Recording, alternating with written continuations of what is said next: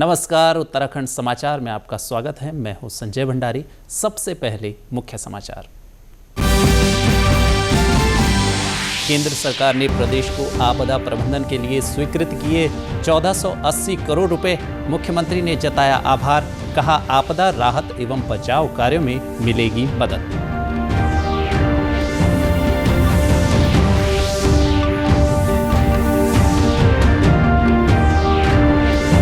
विकासनगर में 1 करोड़ 90 लाख रुपए की लागत से संवरेगी पुल की तकदीर।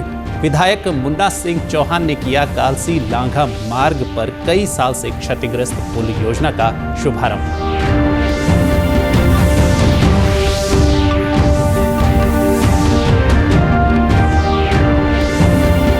और जल और सीवर उपभोक्ताओं को बड़ी राहत। 31 मार्च 2025 तक बढ़ाई गई सरचार्ज माफी की अवधि। अब समाचार विस्तार से। केंद्र सरकार ने उत्तराखंड को आपदा प्रबंधन के लिए 1480 करोड़ की धनराशि स्वीकृत की है।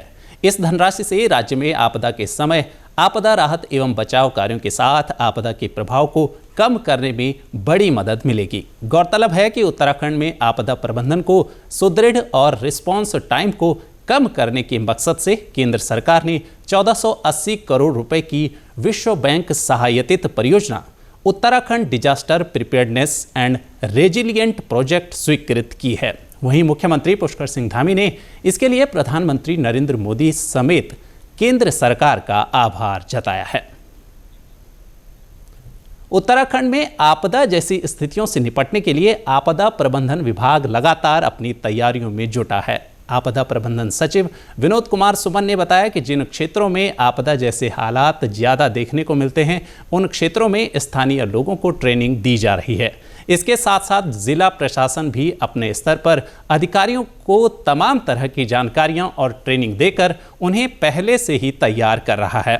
आपदा प्रबंधन सचिव की माने तो भले ही इस समय स्थितियां सामान्य हैं, लेकिन अभी से विभाग तैयारियां पूरी करने की कोशिश में जुटा है। इसके साथ ही ट्रेनिंग को और प्रभावी तरीके से कराने के लिए जल्द नई योजना लॉन्च करने पर भी मंथन जारी है।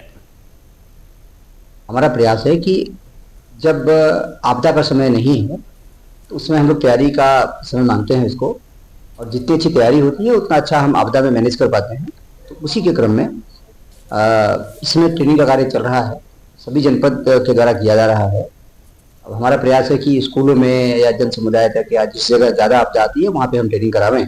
उस दिशा में कार्रवाई चल रही है और उसको थोड़ा सा एग्रेसिव तरीके से करने की प्लानिंग चल रही है। अभी योजना बन रही है हमारी, बहुत जल्दी हम इसको लॉन्च करने वाले हैं। ट्रेनिंग का हमारा है कि जो वहाँ के जन समुदाय हैं उनको हम जब प्रशिक्षित कर पाएंगे तो जब भी कोई आपदा आती है तो जो स्थानीय लोग होते हैं ज़्यादा इफेक्टिव मदद कर पाते हैं। हमारी टीम तो बाद में पहुँचती है। तो ऐसी आपदा से निपटने के लिए पहले हम ट्रेनिंग देंगे लोगों को, ताकि जब छोटी मोटी कोई आपदा आती है, छोटी मोटी कोई दिक्कत आती है तो तत्काल लोग कर लें। इसके बाद फिर प्रशिक्षित दल उसके बाद जाता है हमारा, तो उस दिशा में कार्य कर रहे हैं। खबर विकास नगर से, जहां 1 करोड़ 90 लाख की लागत से कालसी लांघा मार्ग पर कई साल से क्षतिग्रस्त पुल योजना का शुभारंभ किया गया। इस मौके पर विधायक मुन्ना सिंह चौहान ने उम्मीद जताई कि इस बाईपास मार्ग के बनने से जहां जौनसार बावर रवाई क्षेत्र के लोगों को समस्या का सामना नहीं करना पड़ेगा, वहीं यमुनोत्री जाने वाले श्रद्धालुओं को भी काफी लाभ मिलेगा। उनके माने तो यात्रा के समय स्थानीय कारोबारियों को भी इससे मदद मिलेगी। विधायक के मुताबिक दूसरे क्षतिग्रस्त पुलों को भी जल्द दुरुस्त करने का काम किया जाएगा। बहुत ही खुशी की बात है। ये अब हमारी ये बहुत बिजी रोड हो गई है। जैसा आप सब लोगों को मालूम है,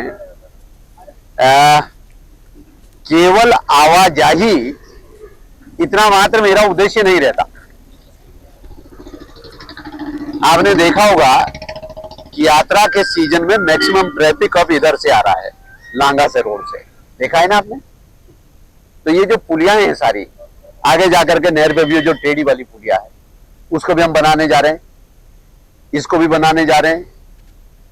1 करोड़ 80 लाख 90 लाख का लगभग ये पुल है, ये काम शुरू हो गया है। ठीक है, उसको भी हम बनाने जा रहे हैं। उसके बाद तीसरा बुलाकी वाला के पास उसको भी बनाएंगे। तो कहने का मतलब इस रोड को मेन रोड जैसा होता है वैसा बनाने का। तो आने जाने की सुविधा तो एक है, नजदीक भी पड़ जाता, देहरादून से आने वाले कालसी, चक्राता, पुरोला बाहर जाकर के, विकास नगर की भीड़ से भी बचते, टाइम भी बचता है।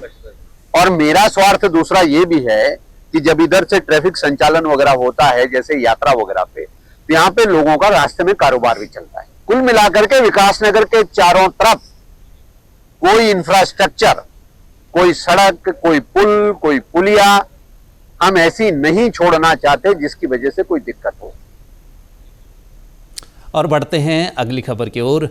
मुख्यमंत्री पुष्कर सिंह धामी की घोषणा पर अमल करते हुए शासन ने प्रदेश के जल और सीवर उपभोक्ताओं को बड़ी राहत दी है।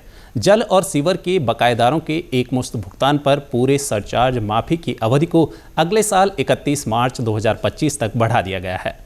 मुख्यमंत्री धामी ने आम उपभोक्ताओं को राहत देने के लिए बीते नवंबर माह में जल और सीवर के अवशेष देयकों का 31 दिसंबर तक एकमुश्त भुगतान किए जाने पर विलंब शुल्क की धनराशि को 100% माफ करने की घोषणा की थी। बड़ी संख्या में उपभोक्ताओं ने इसका लाभ उठाया है। अब मुख्यमंत्री के निर्देश पर फिर से जल और सीवर माफी के बकायेदारों के एकमुश्त भुगतान करने पर लेट फीस की 100% माफी की अवधि को अगले साल 31 मार्च तक बढ़ा दिया गया है। और भारत निर्वाचन आयोग द्वारा जारी दिशा निर्देश पर विशेष संक्षिप्त पुनरीक्षण कार्यक्रम 2025 के अंतर्गत उत्तराखंड में अभियान जारी है। प्रदेश में बीते अक्टूबर के महीने से मतदाता सूची में नाम दर्ज और संशोधन कराने के साथ ही पुनरीक्षण कार्य व्यापक स्तर पर किया गया। मुख्य निर्वाचन अधिकारी डॉक्टर BVRC पुरुषोत्तम के निर्देशानुसार इस वर्ष विशेष संक्षिप्त पुनरीक्षण कार्यक्रम में नए मतदाताओं और युवा मतदाताओं पर फोकस करते हुए उन्हें मतदाता सूची में नाम दर्ज कराने के लिए प्रेरित किया गया। इस अभियान के तहत वर्तमान में प्रदेश भर से 1,16,428 आवेदन फॉर्म 6 के रूप में प्राप्त हुए। इन आवेदन पत्रों में 18 से 19 वर्ष के आयु वर्ग के 38,909 आवेदक फॉर्म 6 के रूप में प्राप्त हुए। अपर मुख्य निर्वाचन अधिकारी डॉक्टर विजय कुमार जोगदंडे ने बताया कि भारत निर्वाचन आयोग द्वारा प्रतिवर्ष विशेष संक्षिप्त पुनरीक्षण कार्यक्रम के अंतर्गत वोटर लिस्ट को अपडेट करने की प्रक्रिया संचालित की जाती है। उन्होंने बताया कि आयोग द्वारा अब वोटर लिस्ट में नाम दर्ज कराने के लिए साल भर में 4 तिथियां नियत की गई हैं, जिनमें 1 जनवरी, 1 अप्रैल, 1 जुलाई और 1 अक्टूबर की तिथियों में 18 वर्ष की आयु पूरी करने वाले मतदाता फॉर्म 6 भरकर मतदाता सूची में अपने नाम दर्ज कराने की प्रक्रिया में शामिल हो सकते हैं। उन्होंने बताया कि अधिकारियों को अलग अलग जिलों में सुपर चेकिंग अभियान की जिम्मेदारी भी सौंपी गई है। इसके तहत नियमित रूप से अधिकारी द्वारा पोलिंग बूथ पर जाकर मतदाताओं से फीडबैक लिया जा रहा है। प्रदेश में मतदाता सूची का अंतिम प्रकाशन 6 जनवरी 2025 को किया जाएगा। ऋषिकेश के राजकीय उप जिला चिकित्सालय का उप जिलाधिकारी स्मृता परमार ने औचक निरीक्षण कर व्यवस्थाओं का जायजा लिया। इस दौरान उन्होंने आकस्मिक विभाग और ICU का जायजा लिया, साथ ही सफाई व्यवस्था से लेकर अन्य सुविधाओं को देखा और मरीजों का हालचाल जाना। निरीक्षण के दौरान अस्पताल प्रबंधन ने उप जिलाधिकारी से अस्पताल में स्टाफ की कमी को दूर करने और सुरक्षा कर्मियों की मांग की।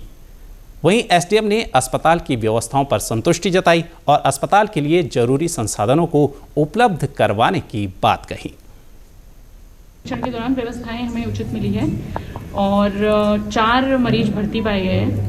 तो हमारे साथ पे जो हॉस्पिटल के CMS हैं वो भी उपस्थित थे, तो व्यवस्थाएं हमको ठीक मिली है। फिर होमगार्ड या PRD की तैनाती की आवश्यकता है, तो उसके लिए हमने उच्च स्तर को लिखा है, तो जल्द ही हमें PRD या होमगार्ड यहाँ पे प्राप्त होने की संभावना है। उप जिलाधिकारी द्वारा जो है ICU का जो है निरीक्षण किया गया और उस दौरान जो है 4 पेशेंट एडमिट थे। अब प्रतिदिन जो है ICU में जो है मरीज भर्ती हो रहे हैं और जो हमारे सीमित साधन हैं उनमें हम जो है अच्छी सुविधाएं देने की जो है कोशिश कर रहे हैं। और ये हमारी जो प्रबंधन समिति की मीटिंग होती है देहरादून पे, जिसके अध्यक्ष जो है जिलाधिकारी स्वयं होते हैं, उसमें भी ये बात रखी गई थी कि 5 जो है हमें सुरक्षा गार्ड मिलेंगे और 5 जो है हमें अन्य कर्मी दिए जाएंगे। कैबिनेट मंत्री गणेश जोशी ने मसूरी विधानसभा क्षेत्र के अंतर्गत जल निगम और जल संस्थान द्वारा किए जा रहे विकास कार्यों की समीक्षा की। इस दौरान उन्होंने अधिकारियों से मसूरी विधानसभा क्षेत्र में हुए कार्यों की प्रगति की जानकारी ली। बैठक के दौरान कैबिनेट मंत्री ने अधिकारियों को मुख्यमंत्री की घोषणा के तहत कामों को प्राथमिकता से करने और निर्धारित समय सीमा के भीतर पूरा करने के निर्देश दिए। उन्होंने कहा कि जिन योजनाओं के निर्माण कार्य में वन विभाग की दिक्कतें आ रही हैं, उनको जल्द से जल्द दूर कर योजनाओं को तय समय सीमा के भीतर पूरा किया जाए। कैबिनेट मंत्री ने अधिकारियों को सभी पेंडिंग कामों को प्राथमिकता के आधार पर जल्द पूरा करने के निर्देश दिए। साथ ही जिन क्षेत्रों में पेयजल की समस्या बनी हुई है, उनके लिए दीर्घकालिक रणनीति बनाकर कार्य करने की भी हिदायत दी। इसके साथ ही अभी तक के समाचार समाप्त हुए। दूरदर्शन समाचारों से जुड़े रहें। मिलते हैं फिर शाम 5 बजे के बुलेटिन में। नमस्कार।